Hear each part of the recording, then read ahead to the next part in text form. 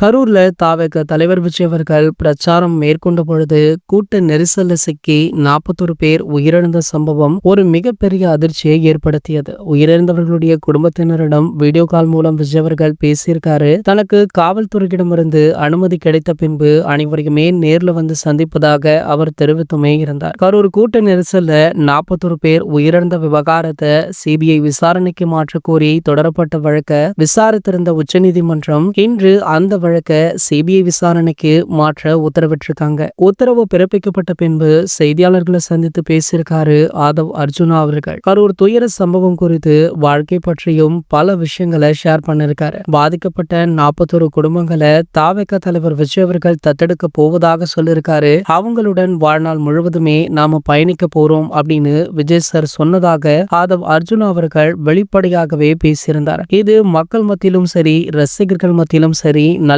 வரவேற்பு பெற்றிருக்கு. இதனை கேட்ட பல பிரபலங்கள் மக்கள் அப்படின்னு தளபதி விஜய் அவர்களை வெகுவாக பாராட்டியுமே இருக்காங்க. அந்த வகையில பாத்தீங்கன்னா பிரபல காமெடி நடிகரான கவுண்டமணி அவர்கள் கூட இந்த செய்தியை கேட்ட பின்பு தளபதி விஜய் அவர்களை நேரடியாகவே பாராட்டி இருக்கார். சமீபத்துல கூட கவுண்டமணி அவர்களுடைய மனைவி மறைவானாங்க. சோ அப்போது கூட தளபதி விஜய் அவர்கள் முதல் ஆளாக சென்று அவருக்கு ஆறுதல் கூறியிருந்தார் அப்படின்றதுமே குறிப்பிடத்தக்கது. இது போன்ற செய்திகளை பற்றி நீங்க உடனே தெரிஞ்சுக்க நம்மளுடைய சேனலை மறக்காம சப்ஸ்கிரைப் பண்ணிக்கோங்க.